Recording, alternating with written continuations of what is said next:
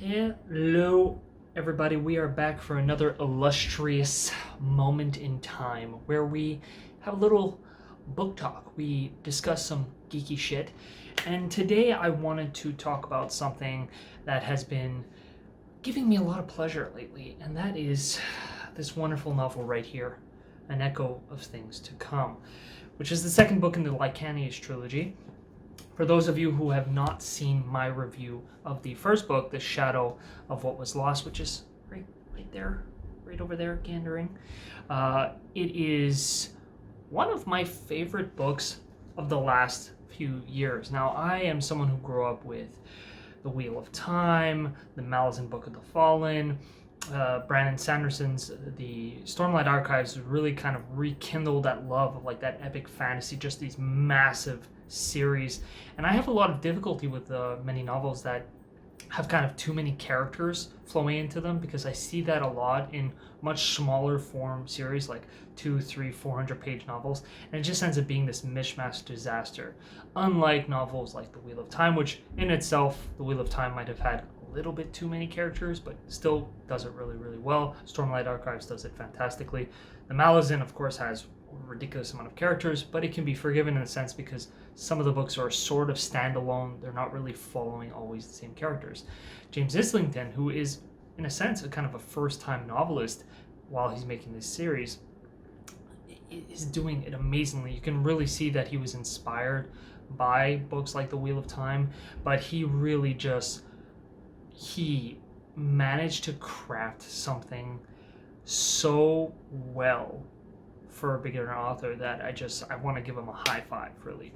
The first novel, The Shadow of What Was Lost, just in terms of character development, in terms of just making you really care about what's happening to these young characters. And I mean, you see a swath of younger characters such as Davian, such as Asha, such as Weir, who are kind of the three main protagonists of the series. And then you have Caden on top of them, who at the beginning, he is, because he's such a strange character, because he's lost all of his memories, it is very, very difficult for people to kind of really fully care about him, because he's just this kind of confused man running around. Whereas the others are really just developing as people, and you're seeing this incredible backdrop being developed through their experiences. An Echo of Things to Come manages to amplify, just really keep the ball rolling. I spoke a lot about just the foreshadowing in The Shadow of What Was Lost, which is nice mix with the name itself, but the foreshadowing in The Shadow of What Was Lost was just fantastic. They built up so much suspense. I don't know why I'm saying James, built up so much suspense in the first novel, just really playing around with all the characters and really, really just throwing these little tidbits at us all the time, flashbacks of Caden's memories, and really just building up all this lore, but without ever really giving us answers. An Echo of Things to Come really just comes in and smashes those answers into us. Every chapter has something. There is constant momentum while also giving us so much detail. There's this fleshing out now of Caden's character, understanding how he got from what he was in the past to what he is now. There's going to be some spoilers in this series, so I'll try to be as vague as possible in some aspects, but people are going to find out stuff. Caden's whole entire life, his background, when we find out that he's lived for thousands of years and that there's others like him, these immortals, how we understand that they were what was to become the first of the augurs, first of these people who have the ability to manage Khan, which is this energy source which is kind of coming through from the Darklands, which we find out more about in this series, which is supposed to be the home of Shamaloth, the god, the evil entity who Caden is fighting against. When you find out how he came to know of Shamaloth, even though there's all this confusion, I think that's probably one of the biggest pros to this series, really, is that through it all, no character actually has this moral high ground. Not at every point. Caden is an incredibly complex person. He's lived for thousands of years, and James managed to really make you see what it would be like to live for so long. Not this perfect life where you do everything right. No, when you live for 4,000 or 5,000 years, there are points in time where you do things of great evil. There are points of time where you do things of great good. Everything kind of shifts and fades away and becomes this really gray area, and that's where Caden has lived. And him learning about his past and coming through these flashbacks while also simultaneously being in the present moment, the person he is now without any of those memories, and having had the experience he's had with people like Davian and Asha and Caroline, the other side characters. It's really fascinating to see his development throughout the series, him having to go through this guilt as he realizes who he is, what he's done, what he has to do, seeing the little just event bombs that happen in this series as you really start to understand who were the Doretians, how did they get where they got, why did they build a time machine. In the first book you kind of get the gist that they're building a time machine because they want to go back and save their people who in the Shining Lands had been destroyed. But how did that happen? When you find out how it did, Caden's involvement, why he did it, how eventually that's kind of the turning point that makes him change sides, it is incredibly satisfying to finally understand this, and it's horrifying at the same time. Much of what makes this series so incredible is that you see it through the innocence of Davian's eyes. He's really kind of this morally upright person who's trying to do the right thing. He understands that there's the gray, and he lives in the gray, but he's trying his best to be this good person. And he's also the trigger point. There's so many things that he done because of the time the time abnormalities. It's not fully explained yet, even by the end of the second book, exactly how Davian is kind of going back and forth in time and manipulating events, but he is involved to such a high degree. It's going to be fascinating to see how that actually happened in the third book. But seeing that contradiction between Davian's innocence and Asha's innocence, that they both try to do these great things, and then you see Caden, who is just constantly hit with all the horrendous things he's done. And not only that almost all of his enemies are actually his friends, these other immortal beings who have lived together for thousands of years, and they have such a bond of friendship, and they each think that they're right, but neither actually has proof of whether or not they are on the right side. So they have this tender, loving relationship with each other as they're trying to still be friends, still accept each other, but also understand that they've now come to this impasse where they're on different sides, and they need to try to figure this stuff out. It's really heartbreaking, especially when you see, sometimes Caden has to kill friends of his, sometimes Caden sees memories of things he's done, and it's just breaking him and reforming him, breaking him and reforming him. He's becoming this new person as he kind of has to deal with the present, deal with the past, deal with the consequences of his actions, and try to figure things out. Figuring out who the Lith are, which is kind of like a little thing that's touched upon in the first novel, especially once Caden gets a hold of the Licanius, and you don't really understand any of that, but then finding out who the Lith are, their link to what he had done back in Delanus with the time machine, the link to the Doretians, how it all ties together, how it's all been part of this plan by this being El or Shamalath. We don't really know who he's going to be, although let's face it, probably he's Shamalath.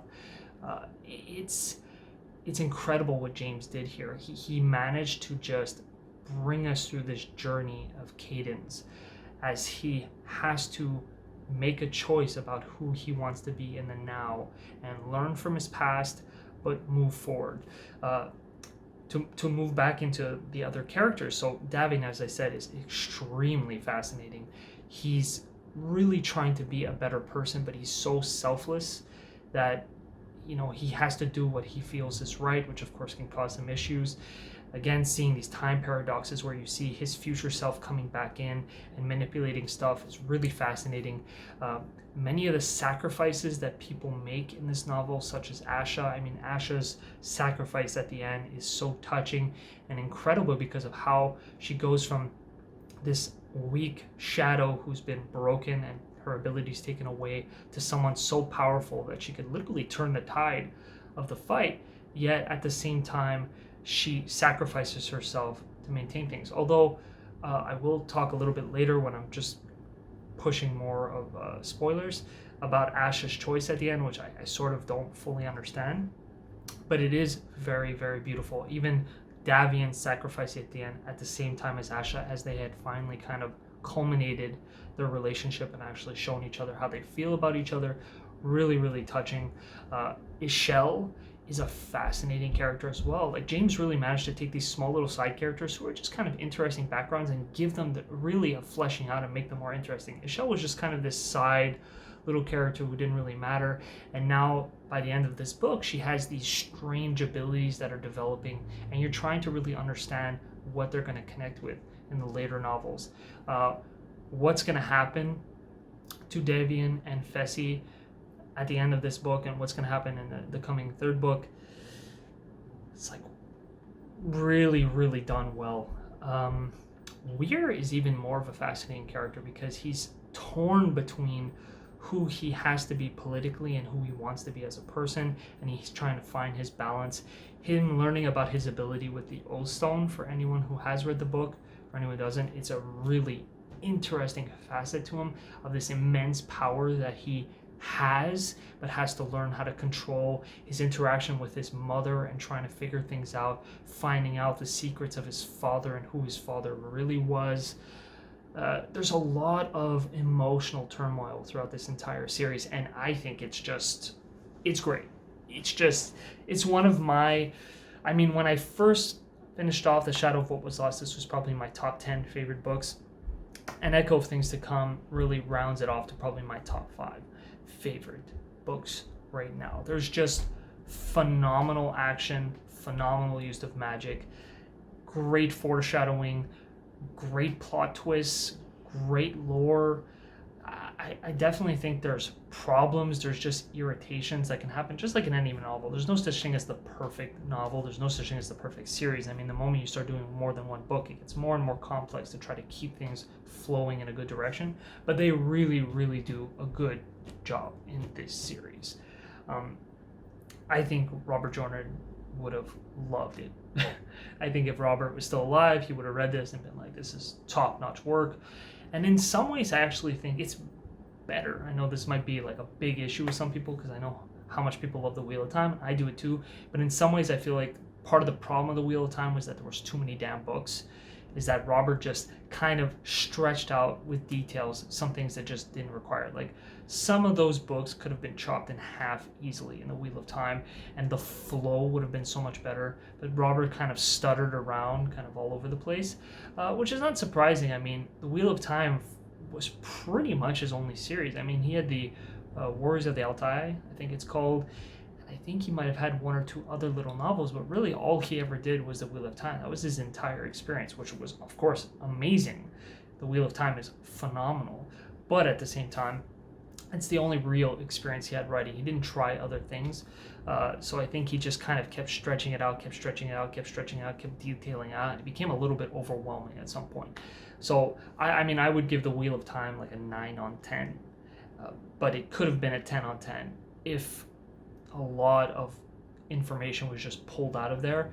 It's kind of like an anime where we get a lot of fillers because they're trying to wait for the manga to kind of get in advance. We get a lot of stupid episodes. When you look at things like Naruto, when you look at other episodes like Bleach and One Piece, there's like dozens, sometimes hundreds of episodes that if you pull them out, the series is so much better because the flow just keeps on going. I think that happened in The Wheel of Time. Well, not to get too far down that rabbit hole, I definitely think, and I'm going to start getting more into spoilers out there, so for people who are just wondering whether or not this book or book series is worth reading, I definitely think so.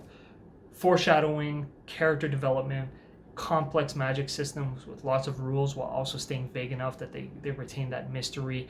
Incredible world building, wonderful like history and lore, just emotional stakes. The development of characters and their relationships as friends, as lovers is just phenomenal. So I would definitely recommend this. Now, spoilers. Finding out about who the Venerate finally are in this series, realizing that Caden and the other immortals are the Venerate. They're just these like initial strange beings. I still don't understand by the end of the second book if their ability to be immortal comes from Shyamalan or El, whoever he might be, or if it's just who they are and that's why he was chosen. They were chosen. It's really fascinating. But the Venerate are incredible, just their own unique abilities, their ability to come back from death in different bodies, almost as though their soul is sort of being reborn in a different body. I've always wondered if that new body, was that someone who already lived and then they took the other person's soul out and they popped in, or it's just like a new body that just pops up. Where does that come from? Why? It drives me crazy. One of the other things that's been driving me nuts in this series is just Malshash. For those who remember, Davian in the first book, he gets trained by Malshash, who has the memory of Eliavia, who is the wife of Caden.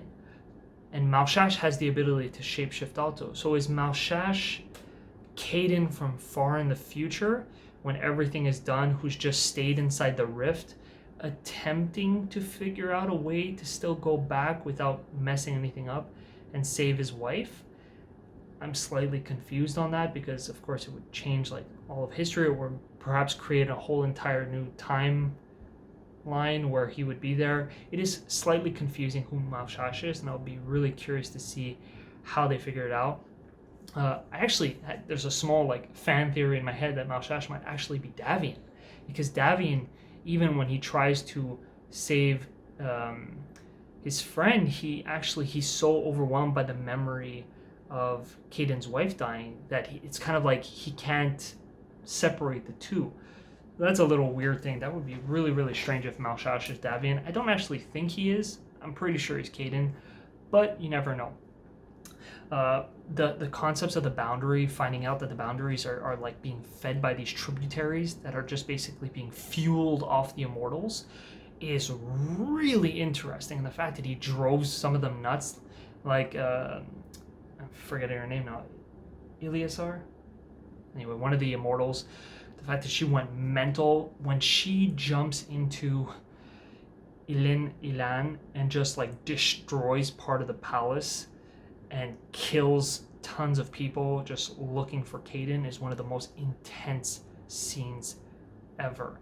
Especially when Alisar just attempts to stop her. Just super, super emotional. This book has so many emotionally intense scenes. Isiliar, that was her name. Just remember that now.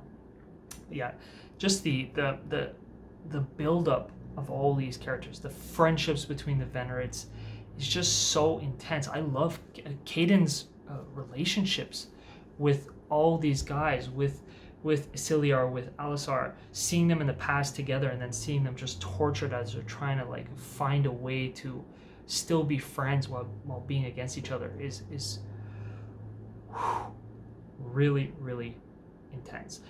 That being said, Ashalia's choice to go into the tributary to reseal the boundary, it's very emotional, it's beautiful, Davian being stuck on the other side of the boundary. That being said, you see that Asha, she destroys all those creatures, and she said she didn't even touch an iota of the power she now holds.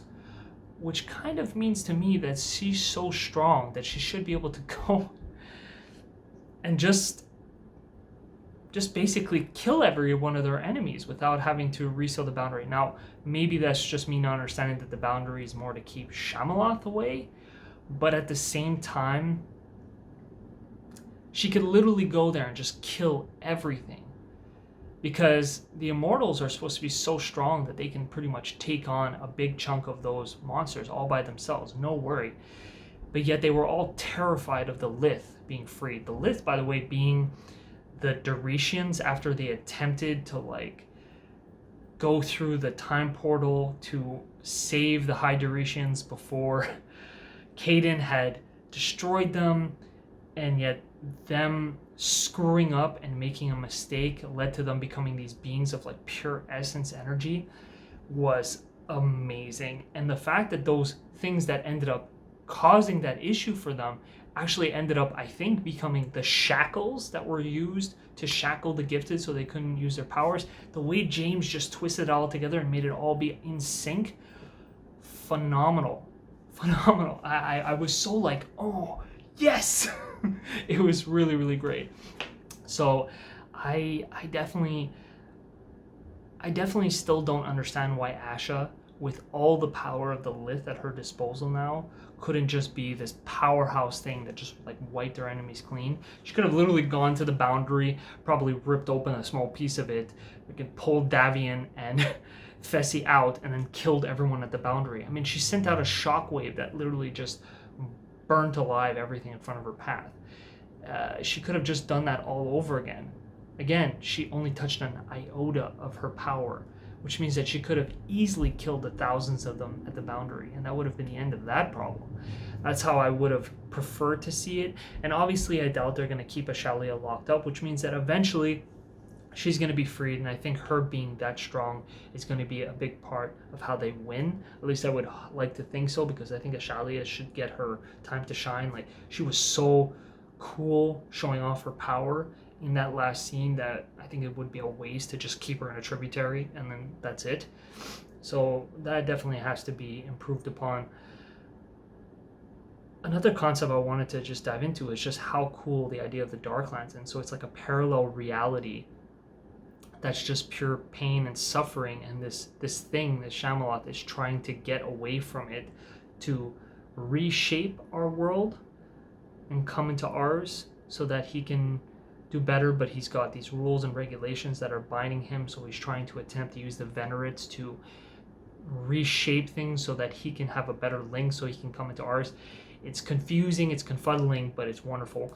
And at the same time, very, very simple. I think there's so much complexity within the world of the Licanius trilogy, while at the same time there's always this kind of, at the end of it, good versus evil. It's kind of just like there's this really, really bad creature, but yet James doesn't focus on that. The Dark One was such a huge aspect of the Wheel of Time, and yet in the same way, you could see that James pulled that inspiration. The Dark One always ended up being kind of pushed away, and there was all that complexity of his creatures, and you could just see that inspiration that James pulled between Shyamalan and the Dark One. The Venerates and the Aes Sedai and the others who went along with the Dark One in the Wheel of Time to help them out. And you can see that same kind of conflict happening over here, although twisted just enough that it really makes it unique. I definitely do think the Venerate are fascinating in many ways, sometimes more than Robert Jordan's, we could say, Dark One followers. Why am I blanking on the name of...